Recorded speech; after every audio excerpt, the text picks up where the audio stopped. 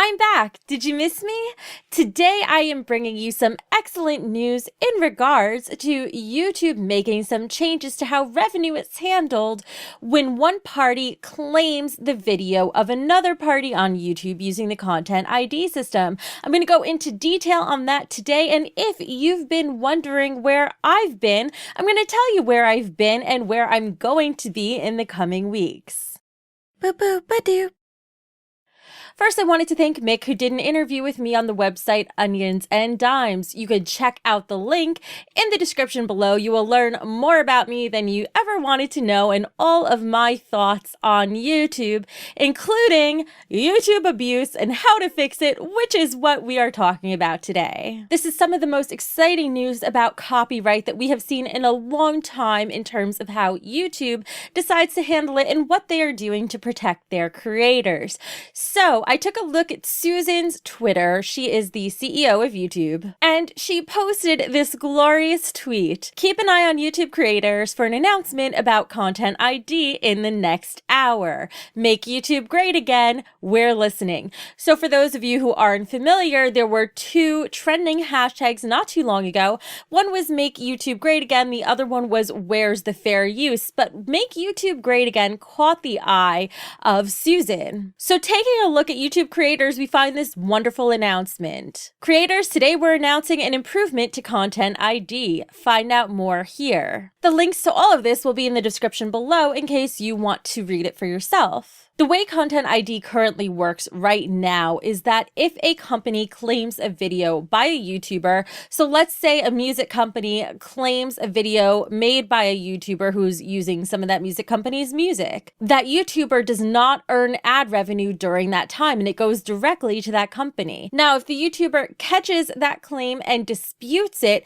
then ad revenue is totally disabled during that period while it's under dispute. And then if the claimant rejects that dispute, all the ad revenue once again is going back to that music company. Now, this of course isn't just limited to music companies. This happens across all genres. It's huge within gaming, happens all the time, happens to people who want to review TV shows. Anytime you're using somebody else's content, there's a chance, even if it's just a clip, that that company might claim it. But now, the way that's handled is about to change. Here's what YouTube has to say about it. We understand just how important revenue is to our creator community, and we've been listening closely to concerns about the loss of monetization during the Content ID dispute process. Currently, videos that are claimed and disputed don't earn revenue for anyone, which is an especially frustrating experience for creators if that claim ends up being incorrect while a video racks up views in its first few days.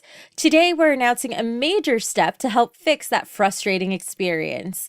We're developing a new solution that will allow videos to earn revenue while a Content ID claim is being disputed.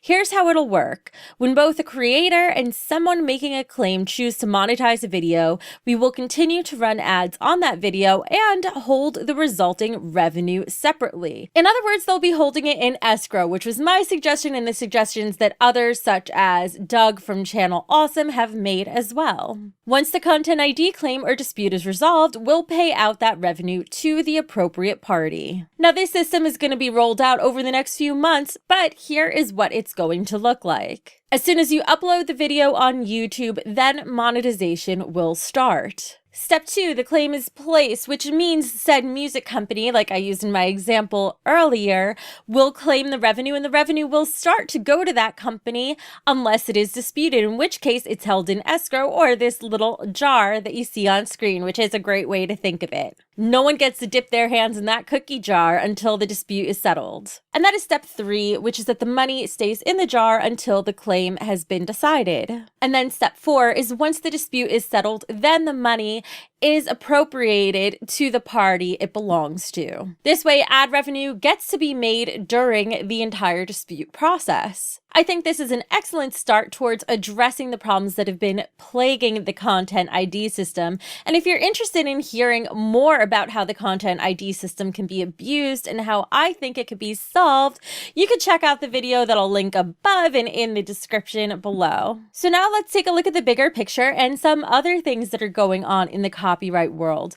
Do I think this is a good thing? Yes, Absolutely. This is something that I've been advocating from the beginning, and I think it won't just be good for content creators, but it will be good for YouTube as well, because YouTube does take a cut of the ad revenue from each video. So by doing this should actually help YouTube make more money in the process, hopefully enough to offset the cost of establishing this escrow system in the first place. I think this is going to go a long way towards disincentivizing false claims. Now, if a company's just deciding to be a troll, they'll go ahead anyway and just make the YouTuber wait for their revenue. However, for people and companies who are motivated purely by that revenue and make claims that have no foundation, now the incentive of them being able to make money by doing so has been taken away. Now, if you've been wondering where I've been and where I am going to be, this does tie into the copyright issues we were just talking about. So all of these copyright issues and the fair use defense and limitations on copyright liability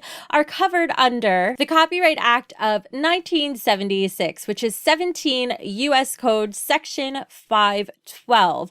And the government is actually opening up to the public a roundtable discussion on how this act needs to be improved to meet current day standards. It was open for comment. People have already submitted their comments, but this is a roundtable to which you had to apply to be part of. And I'm going to be there next week. It is on Monday and Tuesday. So that's May 2nd and 3rd, and I'm really glad I'm going because there are a lot of big name companies and not too many individual content creators out there to defend our interests. We have people like HarperCollins Publishers, Viacom, Sony Music Entertainment, lawyers, companies that represent the rights of all sorts of publishers, and there are a few authors, photographers, and content creators going as well. So that is taking place in New York City, and that is where I'm going to be next week. As for where I've been doing some interviews like the one I mentioned on the Onions and Times blog, and I was also just at PAX East.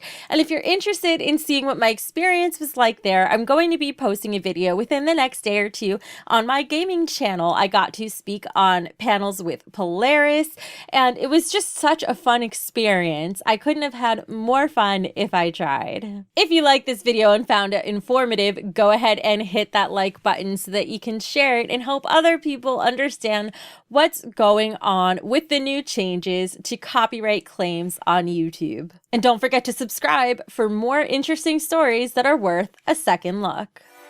You should watch this video too right now. There has been a lot of discussion around fair use and copyright abuse on YouTube lately.